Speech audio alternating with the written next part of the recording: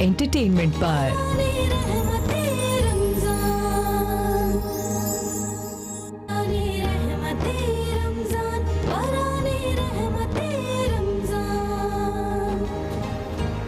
बराने रहमत में आप सभी को खुश आमदीद। अब्बास साहब, मैं आपसे पूछना चाहूँगी बुखार के हवाले से। हमारे कई ऐसे बुज़ुर्ग होते हैं जिनका बुखार बहुत देर से जाता है, तो उस हवाले से कोई नुस्खा प्लीज़ बताइए। बिस्मिल्लाहिर्रहमानिर्रहीम। देखिए, इमाम जाफ़र सादिक़ अलैहिस्सलाम के पास एक शख्स आया और उसने बतलाया कि मौला, एक ज़ईफ़ आदमी है जो शदीद बुखार में मुब्तला है, उसका बुखार किसी सूरत नहीं उतर रहा। तो मौला ने अपने पास से थोड़ा सा जैतून का तेल और थोड़ा सा सेब का सिरका दिया और वो भिजवाया, और मौला ने कहा कि उससे कहो कि ये खाए। उसने जैसे ही खाया, थोड़ी देर के बाद उसका बुखार बिल्कुल उतर गया। एक तो ये नुस्खा ज़ईफ़ लोगों के लिए मैंने बताया। अच्छा, डेंगू की बड़ी बात हो रही है। जी, मैं बिल्कुल डेंगू के बारे में आपसे पूछूंगी, मगर बताइए गुलजार साहब, आपके बर्गर तैयार हो गए? बिल्कुल, बर्गर्स मेरे तैयार हो गए हैं। और एक बर्गर जो है वो बगैर टमाटर के है, बगैर टमाटर के हैं। बिल्कुल ठीक। और बाकी यहाँ बिहारी चिकन जो है वो तैयार हो रही है, जो सरसों के तेल में, और थोड़ा सा इसमें जो चने, भुने हुए चने होते हैं ना, उसका आटा थोड़ा शामिल करें तो इसका टेस्ट बिहारी चिकन वाला बन जाता है। भुने हुए चने जो रेडी पे मिलते हैं, ठीक है, वो वाले चने, उसका थोड़ा सा पाउडर शामिल करना चाहिए, उससे ये टेस्ट बन जाएगा। और चिवड़ा पकोड़ा जो है वो हम तैयार करने हैं। बेसन में चिवड़ा, जो आम कच्चा चिवड़ा होता है, वो हमने शामिल कर देना है। और इसके साथ बड़े मुश्किल नाम है। थोड़ी सी प्याज। अकबर साहब के लिखे हुए अल्फाज, ऊपर से आपकी बताई हुई रेसिपीज के मुश्किल नाम। थोड़ा सा हरी अब्बास साहब के इतने मुश्किल अल्फाज, डॉक्टर साहिबा के इतने मुश्किल होम्योपैथिक के नाम। उफ, मुझे तो लग रहा है कि इतने नामों को, सारे मुश्किल से नाम। रमजान के बाद एक महीना आप सबको याद करें। जी बिल्कुल, जी बिल्कुल। थोड़ी सी हल्दी हमने डाली है, इसके अंदर लाल मिर्च डाली है, थोड़ा चाट मसाला शामिल किया है, और इसके अंदर थोड़ा धनिया और लहसुन का पेस्ट, ठीक है, ये हमने डालकर जैसे हम पकोड़े बनाते हैं उसी तरह से बैटर बना लेना है। और जहाँ मामता वहाँ डालडा, और इसमें हमने इसको फ्राई कर देना है खस्ता सा, और ये रेसिपी हमारी तैयार हो जाएगी। और मेरी तरफ से, मैं इसको जब तक तैयार कर रहा हूँ आप कंटिन्यू करें, और मेरी तरफ से बाय। बिल्कुल ठीक। अब्बास साहब, मैं आपसे ही पूछना चाहूँगी, क्योंकि आपसे गुफ्तगू हो रही थी उस वक्त, आपके डेंगू के हवाले से बताए कुछ नुस्खे जो हैं वो बहुत मकबूल हुए और लोग उससे बहुत मुस्तफ़ीद भी हुए। उस हवाले से अब दोबारा रिपीट कर दीजिए कि लोग कैसे एहतियात बरतें, क्योंकि अब गर्मी का सीज़न शुरू हो गया तो मच्छर भी आना शुरू हो गए। बिस्मिल्लाहिर्रहमानिर्रहीम। देखिए, 2007 से मैंने वो नुस्खा कई जगह आर्टिकल्स में छापा, कई अखबारों में छापा, और 2009 में इसी स्टूडियो के अंदर आज न्यूज़ पे मैंने 2009 में बहुत बताया और लोग उससे बहुत मुस्तफ़ीद हुए। वो नुस्खा ये है कि मेरे मौला इमाम हसन अस्करी अलैहिस्सलाम का वो नुस्खा है। मौला ने फरमाया कि जब बुखार शदीद हो, चाहे किसी भी किस्म का बुखार हो, लेकिन मैंने उसको ज़्यादातर डेंगू बुखार में इस्तेमाल कराया लोगों को, चाहे किसी भी किस्म का बुखार हो, तो मौला ने फरमाया कि कुरान करीम की एक आयत है, सूरह अंबिया आयत नंबर 69, बिस्मिल्लाहिर्रहमानिर्रहीम, या नारे कूनी बरदम व सलामन अला इब्राहीम, ए आग तू इब्राहिम के लिए सर्द हो जा। ये अल्लाह का हुक्म आग के लिए कि ए आग तू इब्राहिम के लिए सर्द हो जा। आप यकीन करें, कागज़ पर लिखने के बाद जब उसको यहाँ माथे पे डोरी के साथ बांधा गया, इस कलाम पाक की आयत को, मौजिज़ा है, बाखुदा मौजिज़ा है। इसमें ऐसे बुखार, डेंगू के बुखार, जो लोग ICU में थे और जिनके प्लेटलेट्स सिर्फ 5000 रह गए थे, 10,000, जो लोग मेरे पास आए या मुझे फ़ोन किया 5000 प्लेटलेट्स रह गए या 10,000 रह गए, आप यकीन जानिए वो आज अल्हम्दुलिल्लाह ज़िंदा हैं। और ये जैसे ही बांधा गया उनका बुखार बिल्कुल उतर गया। इसमें अल्लाह कलाम पाक में एजाज छुपे हुए हैं, कलाम पाक में शिफा है। अमल नहीं करते ना, बात यही है ना। अमल पूरे यकीन के साथ करना चाहिए, यकीन जो है ना वो होना चाहिए। अगर यकीन नहीं है तो आप दुनिया की कोई सी भी दवा खाएं, कुछ भी करें, वो असर नहीं करेगी। और दवा ख़रीदने के लिए कोशिश करें कि माले हलाल से ख़रीदी जाए। माले हलाल से अगर दवा नहीं ख़रीदी जाती है और माले हराम से ख़रीदी जाती है, वो भी असर नहीं करती। लोग परेशान होते हैं, हमें कोई दवा लग नहीं रही, क्यों नहीं लग रही? माले हलाल का होना बहुत ज़रूरी है, ये एक अहम बात है। बहुत ही अहम और बहुत ही खूबसूरत बात।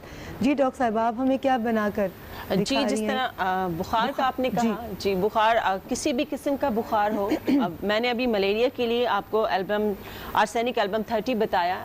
ये आप मलेरिया में ले सकते हैं, इंशाल्लाह मलेरिया से आपकी जान छूट जाएगी। इस तरह टाइफाइड, इसी गर्म मौसम में टाइफाइड भी आप पे बहुत ज़्यादा अटैक करता है, सर्दियों में भी होता है, गर्मियों में भी होता है। आपकी पहचान ये है कि अगर आपने देखा कि पेशेंट की जो ज़ुबान है अगर वो बहुत ज़्यादा रेड हो रही है और यूरिन बहुत ज़्यादा येलो है तो वो गर्मी का टाइफाइड है। और अगर आपके सीने में ठंड बैठ गई है और वो आपकी ज़ुबान बहुत ज़्यादा वाइट हो रही है और यूरिन भी बहुत वाइट है तो इसका मतलब ये कि वो सर्दी से है। लेकिन किसी भी किस्म का बुखार है तो इंशाल्लाह ये दवा आप घर में बना कर रखें, उससे आपकी जान छूट जाएगी। सबसे पहले मैं आपको टाइफाइड का बता दूं, बैप्टिशिया 30 जो है वो टाइफाइड में हम देते हैं। टाइफाइड में हर 4 घंटे के बाद 5-5 ड्रॉप्स आपने लेने होते हैं, दिन में तकरीबन 4 बार हो जाते हैं। इसी तरह हर्बल में भी मैं आपको बता दूं कि मेरे पास यहाँ पे तबाशीर है, तबाशीर का आपने पाउडर बना लेना है। 1 चम्मच तबाशीर ले लीजिए। गंधक आंवला सार है, 1 चम्मच गंधक आंवला सार ले लेंगे, इन सब का आप पाउडर बना लेंगे। ये सेकंड नाम क्या लिया आपने? गंधक आंवला सार। अच्छा, गंधक आंवला सार है, तबाशीर है और छोटी इलायची है यहाँ पे हरी मेरे पास। छोटी इलायची 6 से 7 दाने आपने छोटी इलायची के ले लेने हैं और पाउडर मेरे पास मुलट्ठी का बना हुआ है, ये मैंने 1 चम्मच मिला लिया। तकरीबन चारों चीज़ें आपने 1 चम्मच या 20-20 ग्राम ले लीजिए, एक ही क्वांटिटी होनी चाहिए। पाउडर बना के अपने घर में रख लें। किसी भी किस्म का बुखार है हर 3 घंटे के बाद आपने टीस्पून जो छोटी चम्मच होती है ये आपने हाफ़ देनी है सादे पानी के साथ। इंशाल्लाह आपका बुखार ठीक हो जाएगा। माशाल्लाह, ज़बरदस्त। और ये कितने आसान से नुस्खे हैं, अगर लोग अमल करें तो आपको बाहर जाने की ज़रूरत ही नहीं है, आप घर में बना सकते हैं। बिल्कुल, डॉक्टर के पास जब पेशेंट आते हैं आप यकीन करें वो कहते हैं कि आधी जो हमारी बीमारी है वो ख़त्म इसलिए हो गई क्योंकि आधी ख़त्म इसलिए होगी क्योंकि आप जिस तरह पूछते हैं या आप जिस तरह समझाते हैं तो हमारा तकरीबन उसी से आधा इलाज तो हो जाता है। तो आप कोई डॉक्टर है, कोई भी डॉक्टर है, हर्बल है, होम्योपैथ है, एलोपैथ है या हकीम है, आप लाजमी उसका कम से कम 3 महीने तक कोई भी चीज़ आप शुरू करें तो आप ज़रूर उसको इस्तेमाल करें। बिल्कुल ठीक है जी। अब आप मुझे बताइए गुलजार साहब, जो तड़के लगा रहे थे आप, वो कहाँ तक पहुँचे? बिल्कुल, ये बहुत ही ज़बरदस्त खस्ता, और मैं चाह रहा था कि जाते जाते आपको दिखा कर जाऊँ कि ये बहुत ही ज़बरदस्त से चिवड़ा वाले पकोड़े, वैसे तो आप लोग खाते हैं लेकिन ये चिवड़े के पकोड़े बहुत ही क्रिस्पी होते हैं, बहुत ही क्रंची। और ये एक चिवड़ा, अक्सर लोग सवाल पूछते हैं कि सब चिवड़ा मिलेगा कहाँ?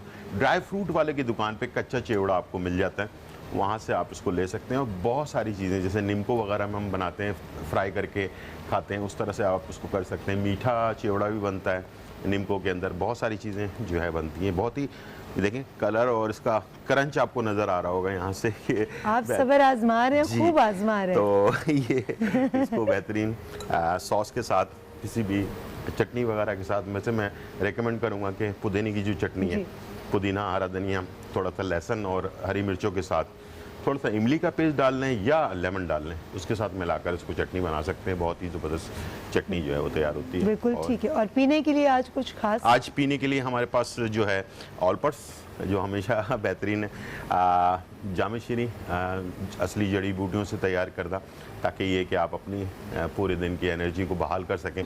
साथ में टैंग जो है ये बच्चों बड़ों को दोनों को पसंद आता है, विटामिन से भरपूर है। ये भी आपको सेहत देता है, पूरे दिन की एनर्जी को बहाल करता है, इसलिए कि विटामिन सी वगैरह की ज़रूरत होती है हमारे बॉडी को पूरे दिन में। जो हम रोज़ा रखते हैं, थक जाते हैं, तो इसको आप ज़रूर इस्तेमाल करें। तो ये थी आज की हमारी रेसिपी, और मेरी तरफ से दोबारा से बाय बाय। बहुत शुक्रिया। खुशबू आ रही है बिल्कुल एकदम ज़बरदस्त किस्म की। मगर अभी बहुत वक्त है, अभी तो दोपहर का टाइम है, इफ्तार में अभी 3 घंटे पड़े। आज हम कुछ जल्दी आ गए ना, इसलिए। जी जी जी। अच्छा आगा साहब, ये भी सुनने में आता है कि बुखार जो है ये इसका शुमार भी नेमतों में होता है, हल्का फुल्का जो बुखार होता है, इसमें कितनी सदाकत है? बिस्मिल्लाहिर्रहमानिर्रहीम, आपने बिल्कुल बजा फरमाया। हदीसों में है, रिवायतों में ये बात मौजूद है कि अगर एक रात का बुखार आपने बर्दाश्त किया और उसमें हाय हुई नहीं की आपने, मतलब वावेला नहीं मचाना है आपने, बिल्कुल आराम से सुकून के साथ आप लेटे रहें, बुखार को बर्दाश्त करें, हाय हाय मत चीखना है, चीखना नहीं है। रसूल अकरम सल्लल्लाहु अलैहि वसल्लम ने एक जगह फरमाया कि अगर एक रात का बुखार आपने बर्दाश्त कर लिया और उसमें आप चीखे चिल्लाए नहीं, तो अल्लाह 1 साल के गुनाह आपके माफ़ कर देता है। 1 साल के बुखार का इतना सवाब है। अच्छा, एक तरीका बुखार उतारने का मैं और बताता हूँ। रोगन बनफ्शा जो जैतून के तेल में कशीद किया गया हो, जैतून के तेल से तैयार किया गया हो, जैतून के तेल में डाल के बनता है, उसके बनाने का तरीके में जाऊँगा तो टाइम बहुत लग जाएगा। नाम क्या लिया आपने? रोगन बनफ्शा। बनफ्शा एक फूल होता है। बनफ्शा के एक फूल होते हैं। हाँ, बनफ्शा के एक फूल होते हैं। रोगन बनफ्शा आप ले लें, जैतून के तेल में बना हुआ। देखिए, रोगन बनफ्शा का एक कमाल और बताता हूँ। सर्दियों में इसकी तासीर गर्म होती है और गर्मियों में इसकी तासीर सर्द होती है। अच्छा, रोगन बनफ्शा थोड़ा सा ले लीजिए और कासनी का पाउडर, कासनी के पत्ते जो सूखे हुए होते हैं उसका पाउडर होता है, उसका पाउडर को और रोगन बनफ्शा को जो जैतून के तेल में बना हुआ, उन दोनों को बाहम मिलाइए और मिलाने के बाद या माथे पे मल दीजिए। बुखार 1 घंटे के अंदर उतर जाएगा। और इसके साथ दर्द शकीका के जो मरीज़ हैं, अगर दर्द शकीका भी होता है तो उसमें भी आप लगाइए माथे पे, वो भी चला जाएगा। दोनों इसमें सहूलतें मौजूद हैं इसके अंदर। लेकिन बुखार तो मैंने देखा है कि आधा घंटा 1 घंटा बस चला जाता है माशाल्लाह से। अच्छा, मलेरिया के लिए मैं एक चीज़ अर्ज़ करूँ, अगर आपके पास टाइम है तो। बताइए। नहीं, आज मैंने आपके गिले शिकवे धो देने हैं, क्योंकि नाराज़ किसी को नहीं करना। आपने कहा रिक्वेस्ट की मैनेजमेंट से कि प्लीज़ थोड़ा फॉर्मेट चेंज कर दें, क्योंकि ये हमारी 2 ऐसी शख्सियात हैं कि जिनकी बताई हुई बातें लोग बहुत गौर से सुनते हैं और बहुत इन्फॉर्मेशन होती है आपकी बातों में। मैंने इसलिए वहाँ पर बात की एडमिन में कि साहब, मेरे जो नुस्खे होते हैं वो एक तो बहुत छोटे होते हैं, और उस छोटे नुस्खों पे भी टाइम मुझे अगर ना मिले और मुझे भाग दौड़ के और गिरते पड़ते बताना पड़े तो बहुत सारे होते हैं ना। हाँ, जी, बहुत बस सारे लाता 1 मिनट अब हमारे पास। नुस्खे बहुत सारे लाता हूँ। अच्छा, एक चीज़ मुस्कुराई है मुझे। हाँ, वो तो मुस्कुराती है माशाल्लाह। अच्छा, एक नुस्खा मैं बताता हूँ। गुड़ की शक्कर ले लीजिए और उसको पानी में मिलाइए और थोड़ी थोड़ी देर के बाद मलेरिया के मरीज को दीजिए। दिन भर में 3 से 4 दफ़ा, थोड़ा थोड़ा सा, आधी चाय की प्याली के करीब, मलेरिया ख़त्म हो जाता है माशाल्लाह। बहुत बहुत शुक्रिया आगा अब्बास साहब ने अपने नुस्खे बताए तिब्ब नबवी की रोशनी में। डॉक्टर फराह नाज ने अपने अंदाज से हमें बताया कि कैसे बुखार से बचाव हम कर सकते हैं। और हमारे आज के तड़का में हमारे गुलजार साहब ने हमें बताया कि आज किस चीज़ को कैसे तड़का लगाकर आप अपने दस्तरखान की रौनक बढ़ा सकते हैं। हमारा ये सेगमेंट आज यहीं पर ख़त्म हुआ।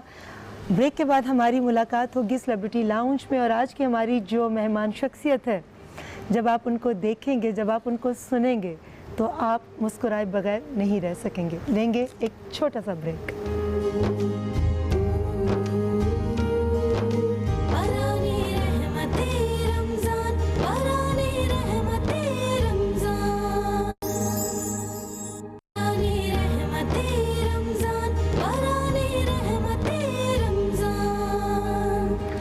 बराने रहमत में एक बार फिर आप सभी को खुशामदीद।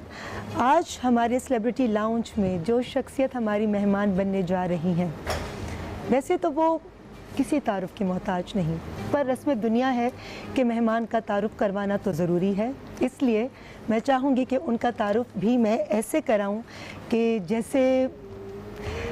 जैसे कभी कभी अल्फाज कम पड़ जाते हैं किसी भी शख्सियत के लिए, तो मुझे लगता है कि इनका तारुफ करवाने के लिए भी मेरे पास शायद अल्फाज कम पड़ गए हैं। हमारी मेहमान शोबिज़ यानी फ़िल्म, थिएटर और टेलीविज़न की एक ऐसी मंझी हुई अदाकारा कि जिनके बारे में ये कहना बजा होगा कि वो आईं, उन्होंने देखा और फतह कर लिया। जी, ये हैं हमारी, मैं बताती चलूँ जी, वो बंस रोड है ना आपका, जी जी जी जी, बंस रोड की नीलोफर हो या कदूसी साहब की बेवा, लेडीज़ पार्क हो या मोहब्बत जाए भाड़ में, इन गिनत ड्रामे उन्होंने फिल्में किए।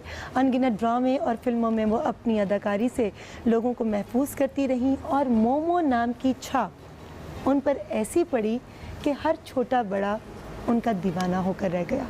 जी हाँ, हमारी आज की मेहमान बुलबुले की मोमो यानी हिना दिलपजीर, जिनका ज़िंदगी के बारे में फ़लसफ़ा ये है कि ज़िंदगी इतनी गनीमत भी नहीं जिसके लिए अहदे कम ज़र्फ़ की हर बात गवारा कर लें। हम सब की बहुत ही खूबसूरत अदाकारा हरदिल अज़ीज़ हिना दिलपजीर, अस्सलाम वालेकुम। थैंक यू सो मच, आपने मुझे बुलाया और फिर इतनी तारीफ़ की कि आप यकीन कीजिए कि एक मकाम पे दिल रुक सा गया था। बहुत बहुत शुक्रिया, आप ख़ुद काबिल तारीफ़ हैं और प्राइड है हमारी, और मुझे बहुत अच्छा लग रहा है आपके प्रोग्राम में आके इस तरह इंटरव्यू देना। बहुत बहुत शुक्रिया। और मेरा ईमान है कि जो तारीफ़ के काबिल हो, जिसके अंदर सलाहियतें हों, उसकी तशहीर करनी चाहिए। हम लोग हर चीज़ में कंजूसी करते हैं। मेरे ख्याल में ये एक ऐसा शोबा है जिसकी हौसला अफजाई हो और जो डिज़र्व करता हो, उस मामले में हमें कंजूसी से काम नहीं लेना चाहिए। शुक्रिया बहुत। जैसे आपने जब भी जो किरदार किया उसमें कभी कंजूसी का मुजाहरा नहीं किया, आपने पूरी ईमानदारी से दिल की गहराइयों से उस किरदार को निभाया। कोशिश की थी। इतने सारे किरदार आपने किए, कोई ऐसा किरदार जो आपको लगता है कि बहुत आपके दिल के करीब हो गया हो? हाँ, दो कैरेक्टर्स हैं ऐसे। एक तो शकूरन ज़ौजा कुद्दूसी, जिसके से आपके लिए निकलना मुश्किल हो गया। एक किरदार था मैंने किया था, लेकिन एक बात है, उस टेली प्ले का नाम है। तो वो किरदार जो है वो मुझे बहुत हॉन्ट करता है अभी तक। अच्छा, वो अभी तक दिल के करीब है? दिल के करीब तो मैं नहीं रखती, क्योंकि बताऊं क्यों? मोमो दिल के करीब ज़्यादा नहीं है? मोमो जो है, मोमो बहुत अच्छा कैरेक्टर है, मैं बहुत इन्जॉय करती हूँ, लेकिन उसके साथ मर जाना और उसके साथ जीना, ये वाला ज़रा मुझे बहुत बड़ा हैंगअप लगता है। अच्छा, सच्ची बताइएगा हिना जी कि कभी रियल लाइफ में आपने किसी को कहा हो चुप है, या कभी दिल चाहो कि इसको मैं ये ज़रूर बोलूं? हाँ, मैंने कहा है, ये तो मैं अल्फाज इस्तेमाल करती रहती हूँ। कैसे? चुप है। ये करती रहती हूँ, मगर इंटेंशन वो नहीं होती। अच्छा। जाहिर है उन किरदारों का कोई ताल्लुक़ नहीं है आपकी अपनी असल ज़िंदगी से, तो इस वजह से शायद वो अलग सेक्शन है और वो अलग सेक्शन। अच्छा, आपके साथ महमूद साहब भी परफॉर्म कर रहे हैं और वो भी हमारे लेजेंड हैं एक तरह से। मुझे ये बताएं कि जितना इस किरदार में आपने उनको घुमाया है, रियल लाइफ में भी कभी किसी को इतना घुमाया? कभी भी नहीं।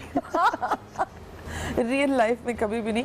महमूद साहब की बड़ी मेहरबानी, इतने बड़े आर्टिस्ट हैं, मैं उनके साथ काम कर रही हूँ अब तो 10-11 साल हो गए। मैंने उनसे बहुत सीखा है, वो बहुत बड़े आदमी हैं। महमूद साहब बहुत बड़े आदमी हैं। अच्छा हिना जी, इतनी बिजी ज़िंदगी आपने गुजारी, अभी जो इस वक्त हालात हैं, ये जो टाइम पीरियड आपने गुजारा क्वारंटीन का, उसके बारे में बताएं कि कैसा एक्सपीरियंस हुआ आपका? हाँ, ये समझ लीजिए कि ये एक बहुत रवां दवां ज़िंदगी में एकदम से झटका सा पड़ा कि कोई किसी से नहीं मिलेगा। तो वो जो कभी मैं सोचती थी कि अगर वक्त मिला तो ये करूँगी, तो वो मैंने सारे काम शुरू कर दिए, जिसमें लिखा, जिसमें पेंटिंग्स बनाई, जिसमें फ़ोन पे सब लोगों से राब्ते किए। और सबसे बड़ी बात कि जल्दी नहीं थी ज़िंदगी में किसी चीज़ की, ये मुझे सबसे बड़ा सुकून देती थी बात, कि मुझे इतने वक्त में ये नहीं करना। तो मेरा ख्याल से ये एक टाइम पीरियड होता है जब आपके दिमाग को भी सुकून की ज़रूरत होती है। और अब बहुत ज़्यादा वसी नहीं है ये टाइम पीरियड, क्योंकि कितना बताएंगे कि ये हो रहा है, ये हो रहा है। अरे कुछ लोग, ज़िंदगी चलेगी आगे। बिल्कुल, ज़िंदगी का नाम ही है चलते रहना। आपको अल्लाह ताला ने नेमत एक बेटा अता किया हुआ है, अल्हम्दुलिल्लाह। आप ये बताएं कि बचपन में जब माँ उसकी तरबियत करती है, वो वक्त ज़्यादा मुश्किल है या बच्चे जब बड़े हो जाएं तब उनके साथ टाइम गुजारना और उनको कोई बात समझाना ज़्यादा मुश्किल होता है? भाई, मैं अपने एक्सपीरियंस से कहूँ जी, तो मुझे ना वो वक्त मुश्किल लगता था, ना ये तो मैं बहुत इन्जॉय करती हूँ, क्योंकि अब वो समझदार हो गए हैं। तो जब समझदारी में आके मुझसे बात करते हैं तो मुझे बहुत अच्छा लगता है। जब वो नासमझ थे और बहुत ही नासमझ थे, तो उस वक्त का तकाजा ये था कि मैं उसको सही तरह रास्ता दिखाऊं। अब का तकाजा ये है कि मैं उससे अच्छी तरह बैठ के बात करूं। ये जो वक्त मिला आपको, क्योंकि इतनी मसरूफियत में बहुत आर्टिस्टों के पास बहुत कम वक्त होता है, और आप जैसी मसरूफ़ आर्टिस्ट के पास जो ख़ास तौर पे टेलीविज़न, फिल्म, थिएटर, तमाम शोबों में मुसलसल माशाल्लाह बिज़ी हैं, तो ऐसे वक्त में ये टाइम को आपने गनीमत के तौर पर लिया कि अल्लाह का कोई ख़ास करम कि मुझे अपने बच्चे के साथ एक क्वालिटी टाइम गुजारने का मौका मिला? देखिए, हर गुज़रता लम्हा अल्लाह का कोई ख़ास करम ही होता है। जब आप फ़िज़िकली बहुत ज़्यादा मैकेनिक हो जाएं, मैकेनिकल ज़िंदगी गुजारते रहें, तो फिर कुदरत की तरफ से ही आता है, ओके हैव सम टाइम। इसी तरह ये बैलेंस कुदरत रखती रहती है, और हर गुज़रता लम्हा जो हमारे ऊपर गुज़र रहा है वो अल्लाह की नेमत है। और आपने इस नेमत से फ़ायदा उठाते हुए अपने खूबसूरत टाइम गुजारे। बहुत। अच्छा हिना जी, ये बताएं कि इंसान हमेशा ये महसूस करता है कि उसका कोई ख़ास कनेक्शन है रब ताला से, वो सोल कनेक्शन है। दुनिया जहान से अगर उसको उसके दिल को ठेस पहुँचे तो उसको लगता है कि वाहिद वो ज़ात है जिसने पैदा किया, वो मेरे इस ज़ख्म पर या मेरे इस दिल पर मरहम रख देगा। इस क्वारंटीन के टाइम पीरियड में आपको लगा कि कोई ख़ास मज़ीद ख़ास कनेक्शन आपका अल्लाह ताला की ज़ात अक़दस के साथ बन चुका है? इस टाइम पीरियड को लेकर नहीं कहूँगी, लेकिन जो मेरा अपना तजर्बा है वो मैं ज़रूर शेयर करूँगी कि मुझे ये अंदर से इदराक है, एहसास है कि रब ताला की ज़ात बहुत मोहब्बत करने वाली ज़ात है, बहुत गफूर रहीम है। मुझ पे उसका बड़ा करम है।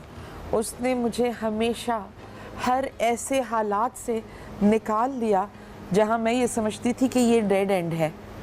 इससे ज़्यादा मोहब्बत की दलील और क्या हो सकती है? आपका सांस आसानी से आ जा रहा है तो इसका मतलब ये है कि वो आपसे मोहब्बत करता है।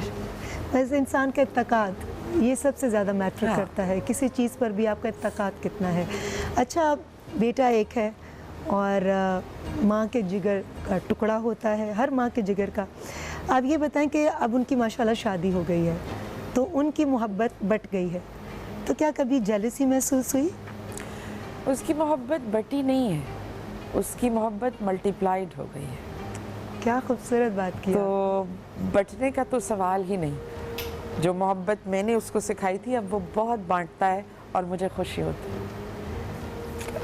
क्या प्यारी बात आपने की। मगर कहीं किसी जगह पर कभी महसूस हुआ कि बेटे को जो मैं कह रही हूँ और बेगम ने कुछ आपके ऑपोजिट बोला हो, उनकी बेगम ने, तो और उन्होंने बेगम की बात मान ली, तो एक लम्हे के लिए दिल में आए कि मैंने बेटे को ये कहा था कि ये मत करो और बेगम के कहने पे कर दिया, तो दरगुजर कर देती हैं या कहती हैं कि नहीं मुझे तनबीह करनी है, ये समझाना है कि ये तुम जो कर रहे हो वो सही या गलत, ताकि तुम उसकी तफरीक कर सको? कभी ऐसा कोई लम्हा आया ज़िंदगी में? ऐसा क्योंकि बहुत सारी माएँ सुन रही हैं हाँ। आपकी बात, बहुत सारी माएँ जो ऐसी सोच रखती हैं जब उनके भी लिए मैं बहुत अपने इम्पोर्टेंट बेटे है। को किसी बात पे तंबीह करती हूँ, उसी तरह बहू से भी कहती हूँ। और मुझे कभी भी उसके जवाब में कोई ऐसी चीज़ नहीं मिलती जिससे मेरा दिल दुख जाए। वो दोनों मेरे बच्चे हैं और वो मुझे माँ की हैसियत देते हैं और उतना ही रुतबा देते हैं। तो ये हुआ नहीं, वो चुप करके सुन लेते हैं। अगर मैं कुछ कहूँ तो वो खामोशी से सुन लेते हैं और फिर बता देते हैं। असल में जहाँ मोहब्बत का राज हो ना, वहाँ तकलीफ़ें नहीं होती। लेकिन इत्तेफाक नहीं करेंगी कि जहाँ मोहब्बत होती है तकलीफ़ें भी वहीं आती हैं या आजमाइशें वहाँ पर आती हैं? नहीं, मुझे नहीं लगता। मोहब्बत जो है वो कोई जज्बा तो है नहीं, वो एक फ़ोर्स है और वो फ़ोर्स है जो लाजवाल है। अल्लाह की सिफ़त मोहब्बत है जिसके मैं कहती हूँ दर्जात हैं, जिसके प्यार दर्जा। है, मोहब्बत बिल्कुल। है, इश्क है, दीवानगी है, आप हर शख्स जनून को, है। हर रिश्ते को उसकी अपनी जगह रखिए। सब बात कहने की इजाज़त है, मगर तमीज़ से, सलीक़े से, करीने से। तो कुछ भी किसी से कोई भी कह सकता है और समझ भी सकता है। तो मुझे लगता है मेरे घर में क्योंकि एक शख्सी आज़ादी है, हर एक को अपना मौक़िफ़ बयान करने का हक़ है, तो हमें इतनी प्रॉब्लम होती है। आपने रिश्तों की बात की तो आप मुझे ये बताइए कि हर रिश्ते की अपनी अहमियत है, मगर आपकी ज़िंदगी में सबसे ज़्यादा अहमियत किस रिश्ते की रही, बेटे के अलावा? सबसे ज़्यादा अहमियत किस रिश्ते की है? बायोलॉजिकल रिश्ते की पूछ रही हैं? जो भी आप, जिस तरह से भी आप महसूस करके जवाब देना चाहें। अच्छा, दोस्त हों, रिश्तेदार हों, फैमिली मेम्बर हों, कोई भी ऐसा रिश्ता बेटे के अलावा, क्योंकि बेटे के साथ तो एक अटूट रिश्ता होता है माँ का, उसके अलावा? हाँ, उसके अलावा हर रिश्ता अपने एक प्लेटफॉर्म पर है, उसके अपने तकाज़े हैं और उसे पूरा करना ज़रूरी है। अगर मैं ये हटाऊंगी तो वो सेक्शंस अलग हो जाएंगे। वैसे सबसे ज़्यादा प्यारा रिश्ता दोस्ती का होता है, जहाँ आपको ना अपने आप को कुछ बना के दिखाना है, ना इम्प्रेस करना है ना इम्प्रेस होना है। तो वो जो दोस्ती का रिश्ता है ना, जिसमें आप सब कुछ कह सकते हैं, मुझे लगता है वो ज़्यादा पायदार होता है। ऐसे दोस्त हैं आपकी ज़िंदगी में? मेरी ज़िंदगी में ऐसे दोस्त हैं। बहुत खुशकिस्मती। अच्छा हिना जी, ये बताइए कि कोई भी आर्टिस्ट हो, किसी मकाम तक पहुंचने के लिए उसे ज़िंदगी के बहुत उतार चढ़ाव देखने पड़ते हैं, उससे गुज़रना पड़ता है। आपने जब अपना करियर शुरू किया तो किस तरह की कैफियत थी और क्या वक्त था, आज उसको याद करती हैं? मैंने कभी ये प्लान नहीं किया था कि मैं एक्टिंग करूँगी, ना मैंने कभी इसके लिए कोशिश की, और ना आज तक किसी से ये कहा कि मुझे भी फलाने ड्रामे या फिल्म में कोई चांस मिले, कभी भी नहीं कहा। मैं एक फ़्लो के साथ चलती हूँ, जो रब की मर्ज़ी है होनी को हो जाने दो, ये रास्ते में आ गया, ये हो गया। तो I never plan for it कि मैं ये करूँगी, मैं स्ट्रगल करूँगी। आप बंदे का अपना प्लान होता है और कुदरत का अपना प्लान होता है। जाओ जितनी दूर भाग सकते हो भागो, मगर होना वही है जो उसने चाहा है। होना वही है जो उसने चाहा है, आप जितनी भी प्लानिंग कर लें। खूबसूरत बातों का सिलसिला जारी है हिना दिलपज़ीर साहिबा के साथ। हम लेंगे एक छोटा सा ब्रेक से वापस आएंगे तो हमारे बड़ी प्यारे प्यारे छोटे छोटे सेगमेंट्स हैं जो हम उनके साथ खेलेंगे।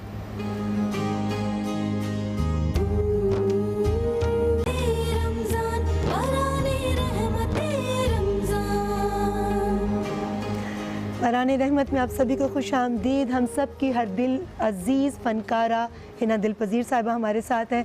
हिना जी, हमारा ये सेगमेंट है, मगर उससे पहले एक छोटा सा सवाल आपसे पूछना चाहूँगी। आपको ज़िंदगी से कोई शिकवा है? नहीं। ज़िंदगी को आपसे कोई शिकवा है? ये ज़िंदगी से पूछो।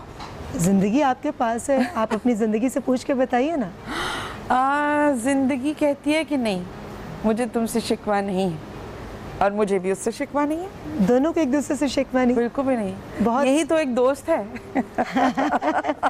मगर ये दोस्त कैसा दोस्त है जिसने किसी लम्हा किसी भी वक्त अचानक चले जाने और ये हकीकत है, हमारा That's साथ good. छोड़ देना। तुम सोचो अगर ये रुक जाए तो कितनी बोरियत हो। अगर ये सिलसिला ना हो जाने का, ज़रा एक लम्हे के लिए सोचो कि इंसान खुद को नोच ना ले कि एंड क्यों नहीं हो रहा। अल्लाह, तो ये बहुत ज़रूरी है। बिल्कुल ठीक है, बिल्कुल ठीक है, बिल्कुल। और ज़िंदगी के साथ होती है मौत, और वो कहते हैं कि मौत को देखा तो नहीं शायद, पर बहुत खूबसूरत होगी। कम वक्त जो भी इससे मिलता है जीना छोड़ देता है। मगर हमने जीने की बात करनी है, खूबसूरती की बात करनी है। आपसे हमारे एक सेगमेंट है जिसका एक लफ्ज़ है, आपने उसको जुमले में इस्तेमाल करना है। वक्त। वक्त, ठीक है। और इस वक्त को जुमलों में इस्तेमाल करना है जी। जब वो जवाब दिया जाएगा। आप जो सवाल पूछेंगी। जी, मेरा सवाल नहीं है, मेरा ये सेगमेंट है, इसमें एक लफ्ज़ मैं आपको बताऊंगी, उस लफ्ज़ को आपने जुमले में इस्तेमाल करना। ठीक है। जैसे हम जुमले में नहीं बनाते थे स्कूल में कि हाँ। एक लफ्ज़ दिया मैं। जी, पहला लफ्ज़ है वक्त।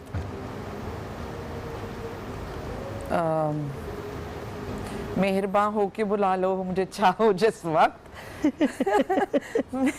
मैं गया वक्त नहीं हूँ कि फिर आ भी ना सकूँ। पूरा शेर सुना दिया मैंने आपको। क्या बात है। मोहब्बत। मोहब्बत, इस पर भी शेर सुना दो। इस वो शेर सुना दूँ। मोहब्बत।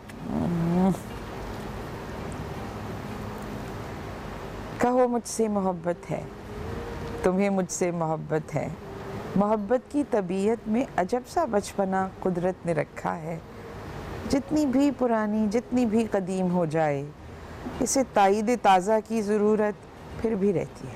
ज़िंदगी की आखिरी हद तक दिलों में लहलहाती हो, लहू में जगमगाती हो, इसे इजहार के लफ्ज़ों की हाजत फिर भी रहती है। मोहब्बत मांगती है यूँ गवाही अपने होने की कि जैसे तिफले सादा शाम को एक बीज बोए शब में बारहा उठे, ज़मीन को खोद कर देखे कि पौधा कहाँ तक पहुँचा है। मोहब्बत की तबीयत में अजब तक हूँ है वाह वाह। कि ये करार के लफ्ज़ों को सुनने से नहीं थकती। वाह। बिछड़ने की घड़ी हो या कोई मिलने की साथ हो, इसे बस एक ही धुन है, कहो मुझसे मोहब्बत है, कहो मुझसे मोहब्बत। बहुत खूब। अमजद इस्लाम अमजद साहब का बेशक। कलाम, क्या खूबसूरत बात। अमजद इस्लाम अमजद, सलामत रहे हमारे ऐसे शायर बहुत ही के जिनके लिखे हुए अल्फाज बहुत काबिल कहना। कदर और हमारे लिए बहुत बड़ा खजाना है। बहुत बड़ा खजाना। दोस्ती। दोस्ती ज़रूरी है। बहुत इम्पोर्टेंट है। औलाद? अगर अल्लाह ताला औलाद से नवाजे तो ये बहुत खूबसूरत एक्सपीरियंस है, ये तोहफ़ा है उसका। पैसा? ज़रूरत के लिए, पैसे के लिए ज़रूरी है कि हक हलाल का होना चाहिए, चाहे वो कितना भी हो, मगर होना हक हलाल का चाहिए। अल्लाह करे ये सबके दिलों पर असर हो जाए इस बात का। शोहरत? ऐसी चीज़ जिसकी तरफ कभी भी नहीं देखना चाहिए। धोखा? जानबूझ के खुद से किसी को धोखा नहीं देना चाहिए। लेकिन अगर कोई अनजाने में धोखा दे दे? अनजान की गलतियाँ माफ़ी, वो गलतियाँ होती हैं, वो गुनाह नहीं होते। अनजाने में जो होती है वो गलती होती है, वो गुनाह नहीं होते। प्लान करके जो होता है वो गुनाह होता है। किसी ने धोखा दिया जाने अनजाने में? हाँ, बहुत सारे लोग हैं, बहुत सारे ऐसे लोग हैं अच्छे, अल्लाह उनको हिदायत दे। अच्छा हिना जी, बहुत माजरे से, आपने धोखे का जवाब धोखे से दिया या वफा से? मैंने धोखे का जवाब धोखे से नहीं दिया, मगर वफा भी लपेट ली, क्योंकि जब धोखा होता है तो फिर वो डिज़र्व नहीं करता बंदा कि उसको वफा भी दी जाए, तो जहाँ धोखा समेटा वहाँ वफा भी समेट ली। क्या बात है। वफा पर कोई शेर? हाँ, वफा पर कोई शेर एकदम से जहन में नहीं आ रहा, लेकिन क्योंकि आप माशाल्लाह आपका ज़ौक़ कितना अच्छा है। हाँ, लेकिन वो और याद नहीं होते मुझे शेर, मगर फिर भी आ जाते हैं। हाँ, कभी चलें, ठीक है, जब भी आए, जिस मैं वक्त आपको आए ज़रूर आपने हमसे शेयर करना है। अच्छा हिना जी, हमारा ये सेगमेंट है बहुत ही प्यारा सा, फिल इन द ब्लैंक, खाली जगह पुर करनी है आपने। मेरे पास पैसा है, डैश नहीं। मेरे पास पैसा है, डैश नहीं, इस डैश जो खाली फिल इन द ब्लैंक है इसको आपने फिल करना है। हाँ, मेरे पास पैसा है, डैश नहीं। तकब्बुर नहीं। मेरे पास शऊर है, डैश नहीं। मेरे पास शऊर है, मगर उसका कोई जोम नहीं। मेरे पास जिंदगी है, डैश नहीं। मेरे पास जिंदगी है,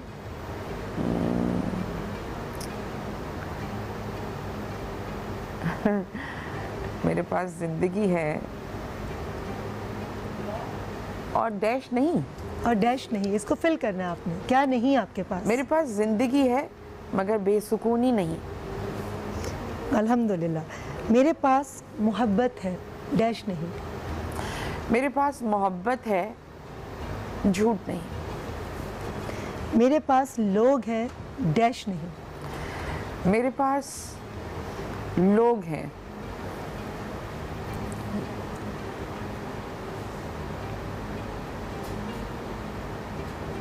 मेरे पास लोग हैं, मगर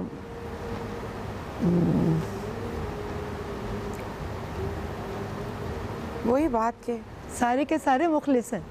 नहीं, जो मुखलिस है सिर्फ वही हैं। तो बताएं ना, मेरे पास लोग हैं मुखलिस वाले। हाँ, ये कौन से वाले? नहीं था ना वो। हाँ, जो मुखलिस हैं बस वही हैं। अच्छा ठीक है, बाकी ऐसे लोग सबको रुखसत कर धोखे दिया। वाले लोग नहीं हैं। नहीं। मेरे पास बिल्कुल ठीक।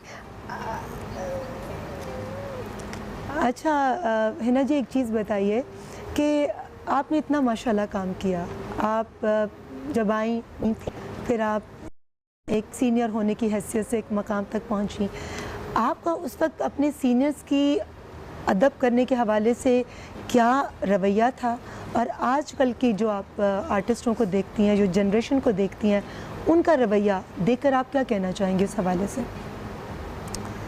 मैं इस बात की मजाज नहीं कि मैं किसी के ऊपर ये कहूँ कि आजकल ऐसा होता है।